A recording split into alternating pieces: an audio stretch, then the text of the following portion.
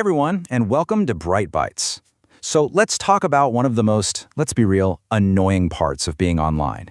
Those little puzzles a website throws at you just to prove you're human.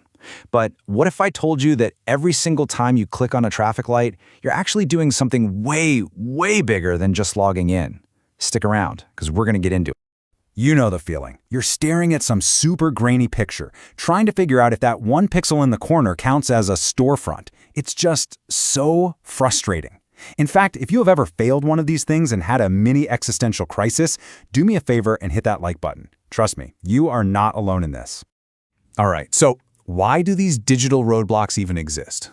Well, the truth is, there's a massive, invisible war being fought online every single second of every day. Your favorite websites aren't trying to drive you crazy, they're on the defense. And to get an idea of just how big this war is, check out this number.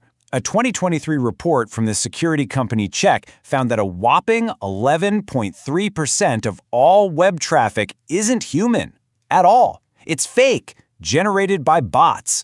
That's more than 1 out of every 10 visitors to pretty much any website out there. And look, these bots aren't just window shopping. Their entire purpose is to cause chaos. We're talking about bots designed to click on ads to waste advertising money, completely mess up the data businesses need to make decisions, and sometimes even actively sabotage their competitors by draining their marketing budgets dry. And this is no small-time operation either. The people behind this have a seriously sophisticated toolkit. You've got botnets made up of thousands of hacked computers, special auto-clicking software, these gig economy sites that pay people pennies to click on ads, and even huge human-run click farms whose entire job is to solve these puzzles. And get this, they're not even trying to hide it. This is a real quote directly from the website of a company that sells bot software. They are openly advertising digital sabotage as a service. It's this kind of attitude that forced websites to build a defense in the first place. Okay, so how in the world do you fight an invisible robot army? Well, you hire a digital bouncer. And for most of the internet, that bouncer has a name: CAPTCHA. The whole idea first popped up back in the early 2000s, but things really took off when Google bought the technology in 2009 and turned it into CAPTCHA, the service that pretty much became the gold standard for telling humans and bots apart. Today, there are really two big players in the game. On one side, you have Google's CAPTCHA, which a lot of the time is totally invisible. It just kind of watches how you move your mouse to guess if you're human.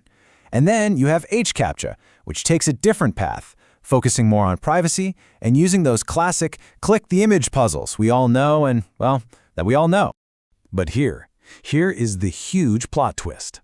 According to Login Press, even with these super smart gatekeepers, an estimated 50% of the users that pass a reCAPTCHA are still bots. So wait a minute. If half the bots are getting through anyway, what is really going on here? And this is where it gets really, really interesting, because it turns out these puzzles have a secret purpose. Every single time you solve one, you're not just proving you're human. You are, without even knowing it, doing a job for artificial intelligence. Just think about it for a second. When a website asks you to click on all the squares with a traffic light, what are you actually doing? You are giving that computer a perfect human-verified label for that object.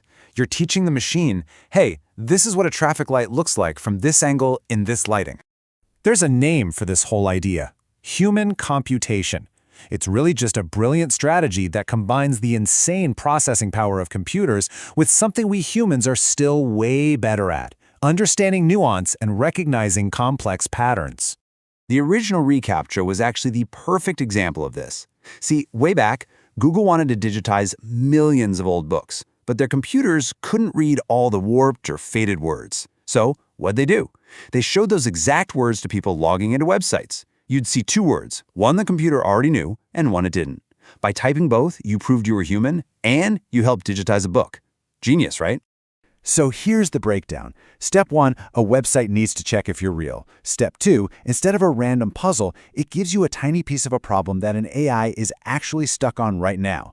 And Step 3, your answer does two things at once. It lets you in, and it gives that AI a perfectly labeled piece of training data to help it get smarter. You're essentially performing a micro job that helps train some of the most advanced AI on the planet. Now, this whole human computation thing goes so much further than just teaching a self-driving car what a fire hydrant looks like. People are using this exact same idea to tackle some of the biggest, most complex problems humanity faces. You're part of a massive, global supercomputer, and you're probably more powerful than you even realize. Take a look at this incredible example. This project is called Stall Catchers. What you're looking at is a real video of blood vessels inside a mouse's brain, and people play a simple game where they just identify if blood is flowing or if it's stalled. And why? Because finding these stalls is a critical piece of the puzzle in Alzheimer's research. And here is the most amazing part. Scientists tried to get an AI to do this, but the algorithms just weren't accurate enough. The human eye, your eye, is still the best tool on Earth for this specific job. Thousands of volunteers playing this game are doing analysis that would take a small team of scientists years and years to get through. As one of the developers behind the project put it, this kind of work is totally changing how we think about technology. That line between the human user and the computer is getting blurrier.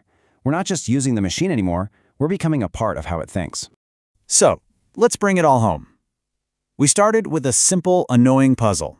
That led us to an invisible online war, a defense system that's not perfect, and then a secret job training AI. And finally, we saw how that very same idea is being used to help fight diseases like Alzheimer's. So I want to leave you with this one final question. The next time a website asks you to find all the crosswalks or boats in a picture, just take a second and think. Are you just logging in? Or are you adding one tiny, crucial piece to help solve a problem you can't even begin to imagine?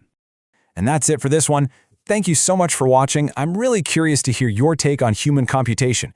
Do you think it's a brilliant way to use our collective brain power, or is it kind of a sneaky way to get us to work for free? Let me know what you think down in the comments. And of course, if you enjoyed this and learned something new, make sure to hit that like button, subscribe, and maybe share this with someone you know. It really does help the channel out a ton.